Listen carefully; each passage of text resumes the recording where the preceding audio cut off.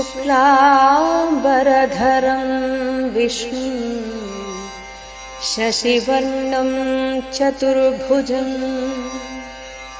प्रसन्नवदनं ध्यायेत् सर्वविघ्नोपशान्तये।